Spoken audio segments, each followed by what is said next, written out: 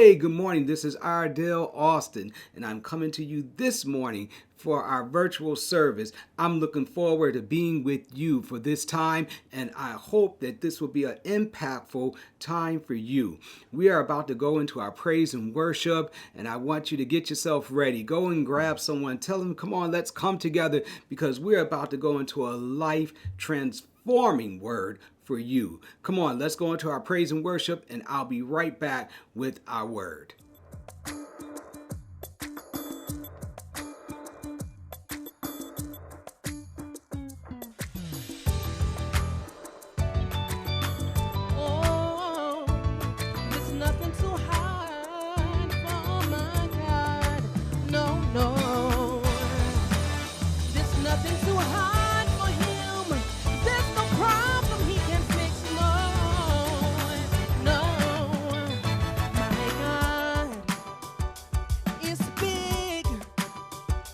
So strong and so mighty, and my God plans for me goes beyond my wildest dreams. Come on, say my God, is big, He's so strong, and so mighty, and my God plans for me goes beyond my wildest dreams. Come on, say my God is good, so good to me. Come on, say He's so good,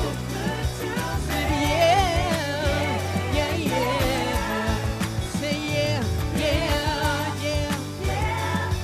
He's so good to me. Said Said my God is big. He's so strong and so mighty. And my God plans for me goes beyond my wildest dreams. Said my God is good. He's so good to me. Come on, say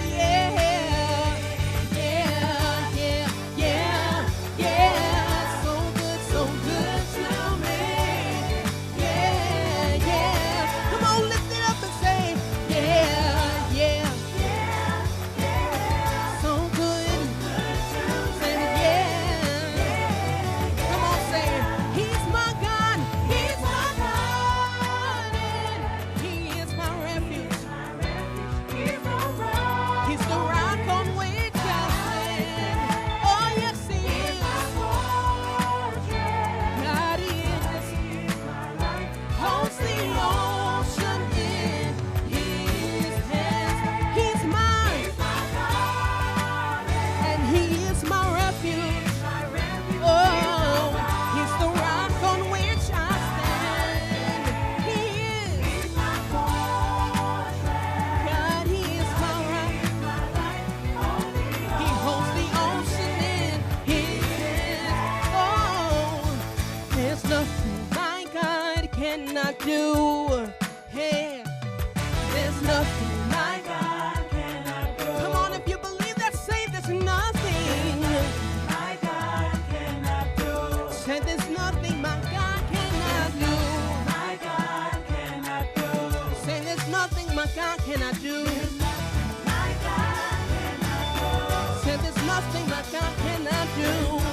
My God cannot do. No, there's nothing my God cannot do. My God cannot do. There's nothing too hard for my God. My God cannot do. Oh, if you know He's a good God, let me hear you lift it up and say, oh, if you know He's a good God, let me hear you lift it up, say, and He's still performing miracles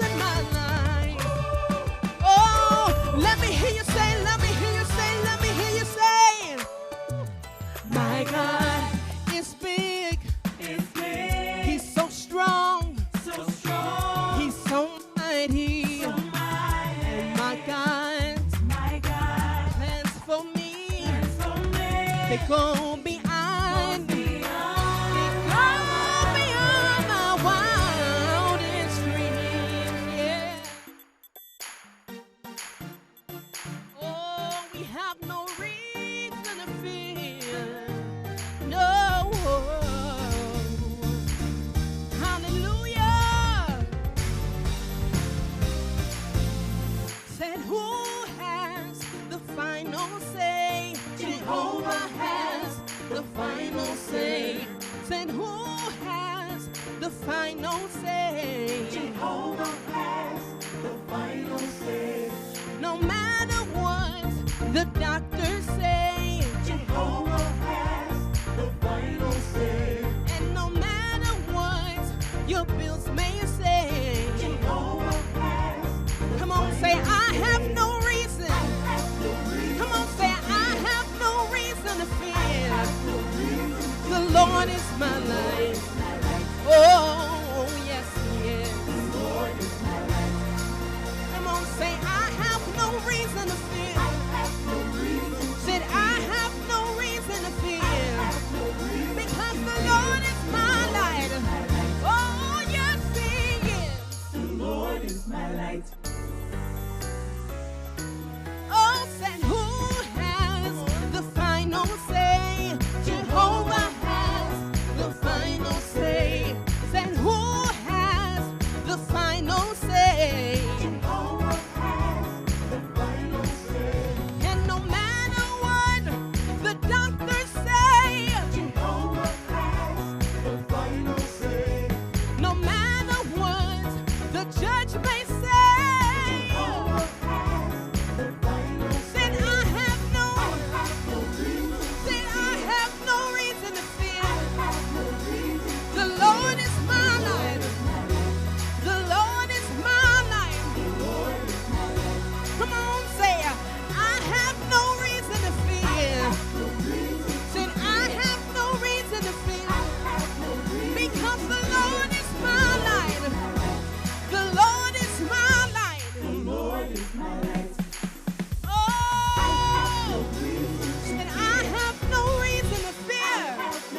Oh, I have no reason to fear. Said I have no reason to fear. Said I have no reason to fear. Said I have no reason to fear. Oh, I have no reason to fear. Said I have no reason to fear. Said I have no reason to fear. Oh, yeah, yeah. Come on, say I have no reason to fear. Come on, if you believe it. Come on and say I have no reason to fear. Said I have no reason to fear. Said I have no reason to fear. Said I have no reason to fear. Oh, said I have no reason to fear. Said I have no reason to fear. Because He's God. I have no reason to fear. Oh, I have no reason to fear. Because He walks right beside me. And He said He'll never leave me alone. Said I have no reason to fear. I don't have to be afraid. As long as I got Him, oh, I have no reason to fear.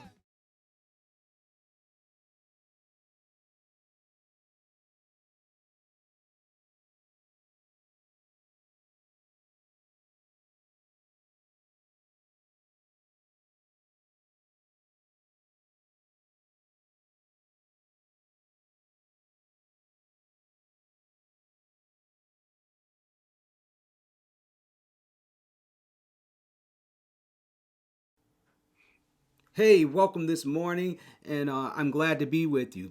We want to get into this lesson on today, and we want to continue where we left off last week. Last week we were talking about purpose, and we understand that we do not know our purpose until we can have some understanding on who we are. And until we can answer that question, we will find ourselves in a standstill and not moving towards our purpose. Without understanding or defining who you are, you allow others to define you. And once when they have defined you, they will then use you for their purpose. Therefore, you are not living your purpose. And so we don't want to do that. And we want to be able to live out our greater parts. Let greatness come and come forth. And so we do this by knowing who we are. And so when we have an understanding of that and not allowing people to use us, we are able to move towards our destiny, not their destiny. Sometimes when we don't know what we're doing and who we are, others tend to define us, others tend to use us, and they get the better parts that they want to use and leaving us with very little at the end of the day. Come on, have you ever felt that you have worked all day and you continue to work day after day for somebody else, for someone else's goals, and then when you get home, you see that there's really little at the end of the day that you could really account for all of the hard work that you have put in. And that is because you never took time to understand yourself, to understand what you really have to offer and be able to properly value yourself. All this comes to understanding who you are and understanding where you come from, and then you'll understand your purpose that allows you to move to your destiny. And I want to talk about this because we must be tired. Come on. Fannie Lou Haver said we should be sick and tired of being sick and tired of allowing others to define us, to use us, and we are not moving forward as where we should be in life. You should be a lot further than where you're at. Oh, come on here. I'm not just talking about financially. I'm talking about you achieving things such as family, such as having saying that I am a contributor to the greater portion of my community. And we find ourselves stuck. We find ourselves working for someone else's purpose, working for someone that has not even thinking about me, my family, or my community. How do you know? Because they'll always say, can you work more time? Can you work extra? Can I get more out of you? Oh, I know you want to spend some time with your children, but you know what? I think I can pay you a little more that you can neglect that. I know you need some more time on that relationship with your spouse, but if you can work some more time or some more hours, I think that little time and a half that doesn't add up for the time that you need to be with your family, they give to you, and we do a trade-off. And at the end of the day, it's not worth it. But you are achieving the goals that they want and not the goals that you need. Come on here. Let's have some biblical content with this. And we have to be able to understand, well, who am I? What was my purpose? Why was I created? Let's go to the beginning. I always say you can't get to the end of something until you know the beginning of it. We go to Genesis. Let's go to Genesis 1:26. And it reads, and God said, let us make man in our image, after our likeness, and let them have dominion over the fish of the sea, over the fowl of the air, and over the cattle of the earth, and over the creeping things that creepeth upon the earth. So God created man in his image. In the image of God created he him. Male and female, he, them. Okay, here it goes. What was we created for? He says, I created man in his own image. God said, I created. Yah said, I created man in my image, my likeness, that he will be able to have dominion over everything. He mentioned everything that was alive on earth. He said that man was going to be able to have dominion over it. That means the things of the earth should not have dominion over you. You were created to have dominion over them. We have to quit chasing stuff. We have to quit chasing things because we are to subdue them, not them to subdue us. But if we were created in his image, image, likeness. We are created in his likeness. So now we must start doing as he has made us to be. You were made with a creative mind. Oh, come on. There's some creativity in each and every one of us. And we have to be able to now put that creativity and make it part of us, make it part of our purpose. Therefore, it will drive us to our destiny. But because we do not put that creativity in, we do not live out the image of God. We now allow someone put a different imagery in us. And so now they name us. And as they name us and frame us, now we have become what others have called us to be. So now we see ourselves less than who we were. Oh, come on here. You still is that person that God has made you, but you've got to allow that greatness to come forth. You have allowed people to give you all sorts of different names. And in this, you have now tried to live out that name they have given you whatever they have told you that you are or what you didn't accomplish. Someone will take your worst possible day and frame you in that worst day and say, now this is who you are. Come on. Think of that worst day that you had and imagine the wrong people got hold to it and now they would say, that's who you are. And now you have to live under the conditions on your worst day. But let me tell you something. I'm so glad that I serve a God that makes all things new. Come on here. You have to be able to understand that even that bad day, that bad moment, he makes it new, that you can be renewed again, that you do not have to live in the frame that people have tried to put you in, but now you can go out and live in purpose again. You were created in his image. I might have had one bad moment. Oh, I remember the old days. I have to say the old days now, where we used to put everything on film. And everything used to go on film. And when it went on film, well, sometimes you didn't get a good image. Come on, it was blurred or something was messed up, and you had to then you wouldn't. That's the one that you would say, well, that's not the best shot that I could take. That's not the best representation of me. So I don't want to put that one out. Don't let anyone take your worst day, your bad day, and tell you that's who you are. No, that's who you framed me to be, because you decide to take that worst moment, put it in a frame, and say, this is who you are. No, but I have a God that says, hey, I make all things new again. And so you have to be able to believe that you can continue to go out and move in your purpose. Hey, it was a bad moment. It was a bad snapshot of life, but now I'm going to move back into that image. I was created in his image, so therefore greatness is in me, and it is for me to subdue this earth. It is for me to have that idea that's going to be able to be a blessing, not only to me, but to my children and children's children. It is for me to move forward and let them know that we come from great stock, that kings and queens and princes and priests comes from us. We have to be able to remember our purpose, that we are going to move forward in our destiny, because this world has just taken you on your worst day, and then they say you have to live in that. Then they say that he's going to constantly punish you in that. They say things like, you know what, you are descendants of Ham and you're always supposed to be servants. Well, they have misquoted that scripture for so long, for so bad, for purposes that are wicked. We cannot live under these wicked things that have been told to us that we live beneath. You are the children of the Most High. You have to believe that and understand that it's all in this book, and it tells who you are. And you have to be able to go out and go back to the old path, that you are following the instructions that he has given unto us, that we can actually live our purpose and make it to destiny.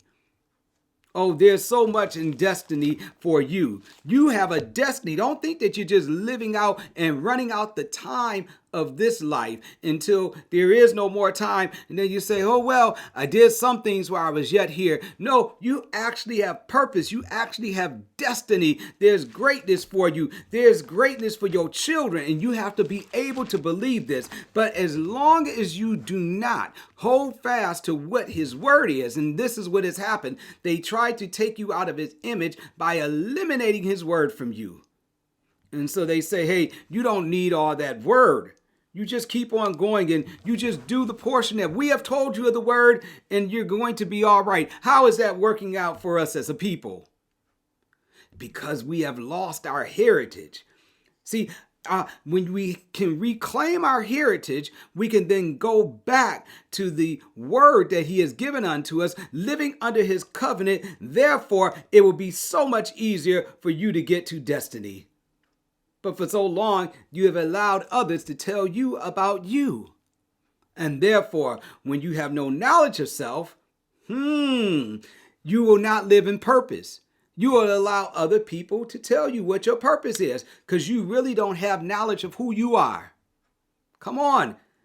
We tend to say the only knowledge that we tend to like to say who we are is that we were former slaves. No, you were former kings. You were former queens. You were former priests. There was much before the time that you were enslaved. But because that narrative had been told and that snapshot has been taken, we live that out each and every day. And we always want to bring that to the forefront and say, this is where we come from. No, I talk about this a lot is because we have to break out of this. We have to break out of that.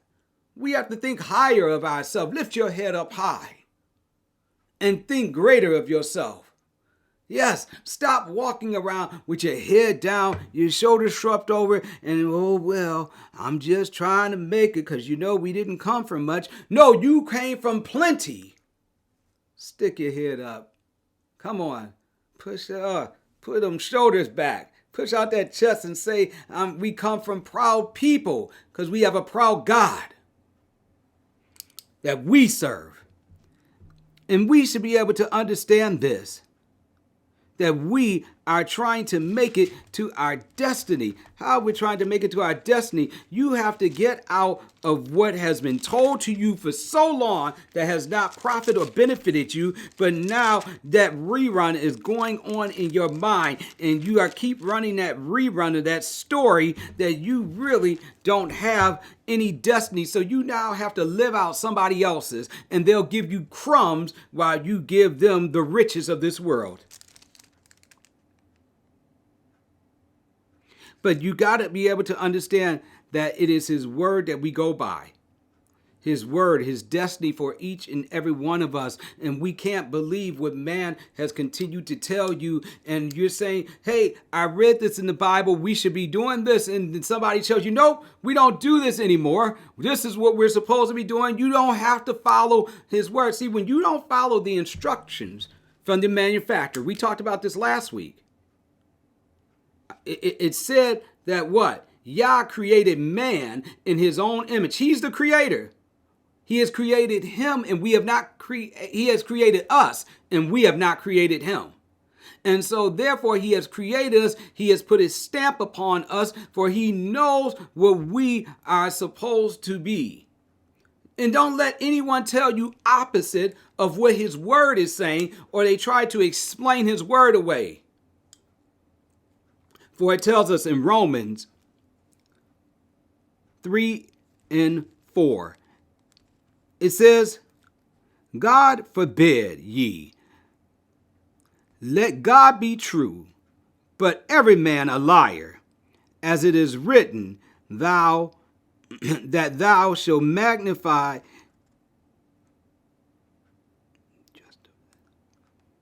Okay, let's take that over again. I'm going to go to Romans. We're going to go right back to Romans 3 and 4. We're going to take that over. Romans 3 and 4. Romans 3 and 4, and it reads in Romans 3 and 4. For what if so did not we believe? Shall their unbelief make it their faith of God without effect? God forbid. Ye let God be true, but let every man be a liar. Oh, come on here. It says, let every man be a liar. It says the word of God will going to be true. And every man that speaks against the word says anything that's not in his word, let him be a liar. For whatever is written, that thou mightest be justified, and they saying, and thou mightest overcome when thou art judged. It says, guess what? If you live by the word that he has written, that he has said, he says, this is what's going to be justifying you. Not what other people are saying. Not what they're telling you about. Nope, I believe what the word has said about me. I believe the purpose that the word is given unto me. I believe the word as the word is written. Come on here. Because in Philippians, it lets us know, and he says that I can do all things in Christ. Oh, come on. How many of you believe that you can do all things in Christ? And it's mainly saying in the direction that Christ has given us.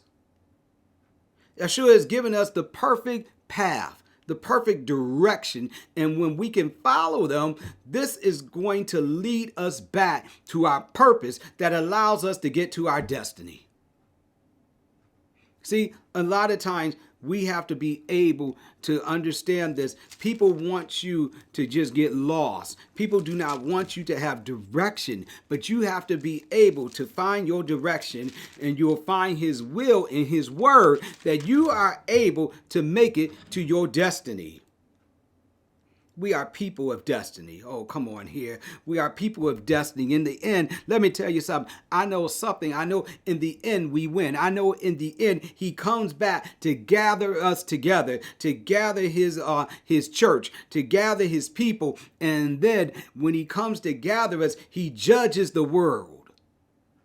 Oh, come on here. He judges the world. And you got to be able to understand, I don't care what the world is saying. The world can't be right, and the word of the Most High be right. One is true and the other is a liar. One has told you that you are less than. The other has told you you are greater because you were created in his image. You have to be able to see, how is all this going to be matching up? Does it match up to what the word is saying? Because if it don't, it's false. And we cannot be scared. See, we are too scared to tell the world that they are liars. And so we will live out a lie because we don't want to offend the world.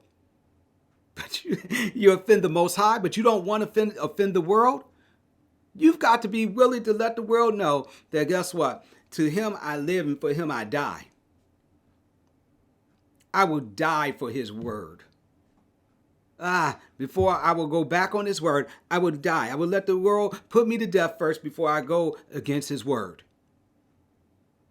As I told you many times before, if you have nothing worth dying for, what are you living for? Because you will bow down to any and everything. We only bow down to one, and that is to our King of Kings, Lord of Lords, Yeshua HaMashiach, the Messiah. You know him as Jesus Christ. Hey, come on. Let's go and check this out. Let's go to the book of John 8 and 28. And we're going to read down on this. And it says, Then Yeshua said unto them, When ye have lifted up the Son of Man, then shall ye know that I am he, and I do nothing of myself. But as my Father has taught me, I speak of these things. 29.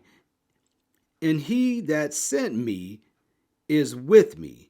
The Father that hath not left me alone, for I always do those things that please him. So Yeshua is saying, hey, if you lift me up, and you lift up the teachings and the things that I'm doing, he says, understand this, you're not just lifting me up, but you're lifting up the will of the Father, because the Father is with me. He's letting us know that he and the Father is one. They are in agreement. And he's saying, if we are in agreement and you do these things, you're going to do the will of the Father as I do the will of the Father, and this will please him. Come on, we're going back to purpose. This is our purpose. We lift up the teachings that our King has given unto us, that Yeshua has given unto us, and he's pointed us back to the proper direction.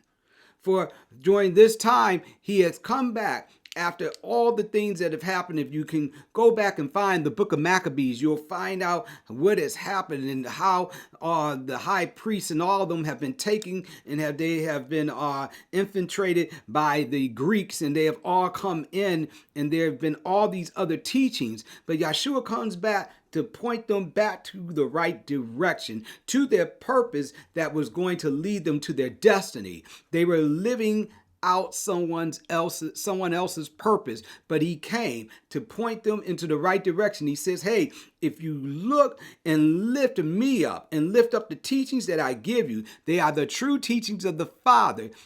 I'm going to do his will, you're going to do his will, and he's going to be pleased of all of it. And he says, all you have to do is lift me up at this time. And he's letting these followers know right now that here go a purpose that you can live by. I know there has been great confusion amongst us, but he's telling them, I'm about to point you back into the right direction. Verse 30 says, as he spoke these words, many believed on him. Then said Yeshua to the Jews who believed on him, if ye continue in my word, then are ye my disciples indeed. Now understand this. His word was of the Father, because he says, I only do what the Father has wanted me to do. How do we know what the Father wanted? He wrote it in his word. He has already given directions. And as we see, Yeshua has followed everything to the T. He has gone to every feast day. He has followed every commandment. He has not broken any of the law that the Father has written for him to do. And he understood the purpose of the Father. Why? He said, because me and the Father is in agreement. We are one. And so he says, I'm showing you how to get back to purpose. You have floundered enough. You have been oppressed enough. You have been colonized by the Syrians, the Babylonians, and now the Romans. The Greeks even had their turns. And he says, now I'm about to point you back to the proper direction because you have suffered long enough. And so he said, if you truly follow me, if you're truly going to do the will of the Father, at that point, you're going to be my disciples indeed. And I love this. 32, he says, and when ye shall know the truth will make you free. Okay, here go the big point right here. It's us knowing the truth, and the truth is what's going to make us free. When we can understand and know what the truth is. What is the truth? He's basically saying, I'm going to take you back to your right path. I'm going to take you right back to the proper scripture so you'll have an understanding of who you are and the purpose you were created in, because now you are working for someone else. You are working under the deception, of this world. You are working for the deceivers. They have deceived you to the point that you think you are somebody else. You think you can do whatever you could do and going to be blessed. You think they're blessing you and they're doing nothing but taking from you. But he says, once you know the truth, you will break out of that frame, that bad picture, that bad image they have put you, that bad way that you are in, how your family is broken, how you are broken, and you see as if you just wander through life, you will now be able to see a clearer picture of yourself. You will be able to go back to that image that you were created in. Now you are going to be able to move forth, and it's not going to be anything that your oppressor, that these people that have told you the wrong thing will be able to do, because you look better when you is bowed down and bent over before them. But once when you stand up, it's nothing they're going to be able to do with you, because you have captured your true image. You were created in the likeness, the image of the Most High.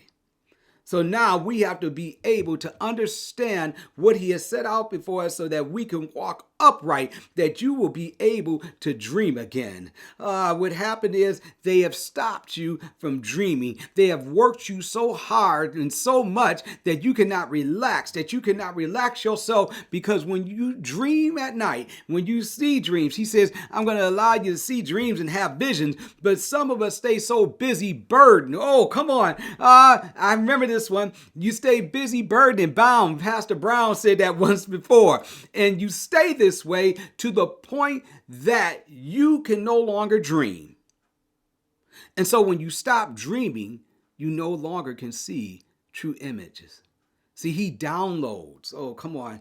Every time you dream, he's downloading your imagery right now. He's downloading. Come on, you start seeing your purpose again. You start seeing things that other people say, oh man, you're just a dreamer. You should be a dreamer, because a dreamer is exposing your destiny. When you dream, you see the better part and the greater part that is in you. And what happened to your dreams? What happened to your dreams? Some of you stopped dreaming. Why? Because they have beat you down so much and tell you that will never happen. That is not for you. But understand, all those dreams that he has given you was for you. That was who you were supposed to be. And we have believed this world, and we have dumbed down our dreams. We have dumbed down the possibilities of what we could be and what he would have for us to be.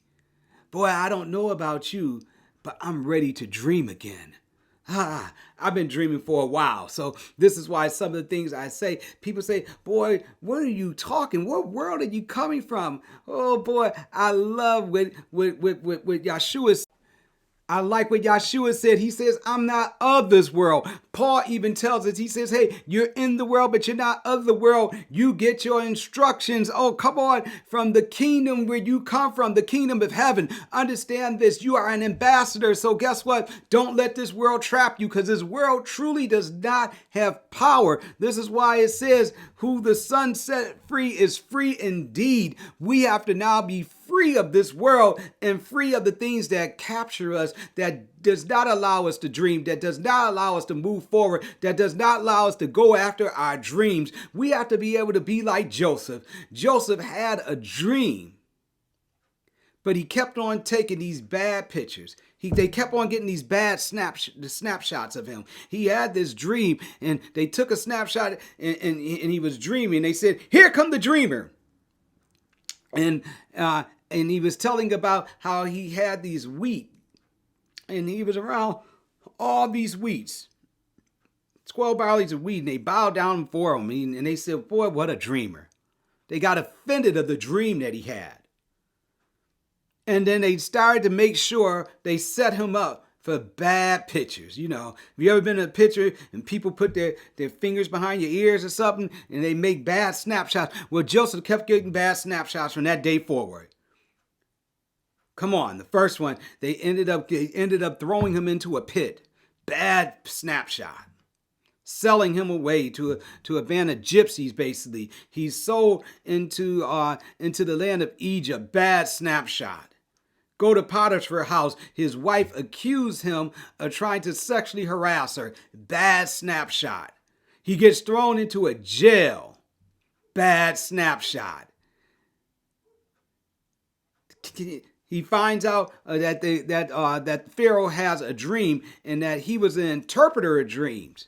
But he said, if you don't get this dream, boy, you're going to die like the rest of the interpreters were supposed to be. Bad snapshot. But then all of a sudden,